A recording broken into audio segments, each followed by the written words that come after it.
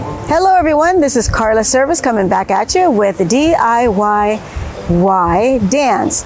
Do it yourself, your way dance.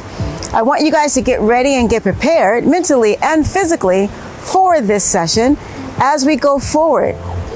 Things that you can do to get yourself ready.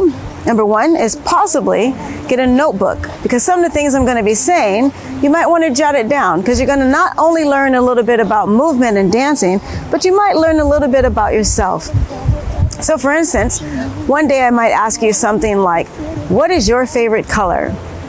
And like, we're going to get ready now for these lessons and for these classes. So if you're thinking right now, oh, I know what my favorite color is, I'm going to want you to take that notebook and write down your favorite color. And it might be more than just one. It might be 3 of them. Nevertheless, we're going to use those one day in your class, in your session of teaching you how to dance your way. Once again, this is DIYY Dance with Carla Service. I want you guys to stay tuned, because I want to get you ready, get you prepared, because when we do start, you're going to be moving your body like you never thought you could move it before. All right?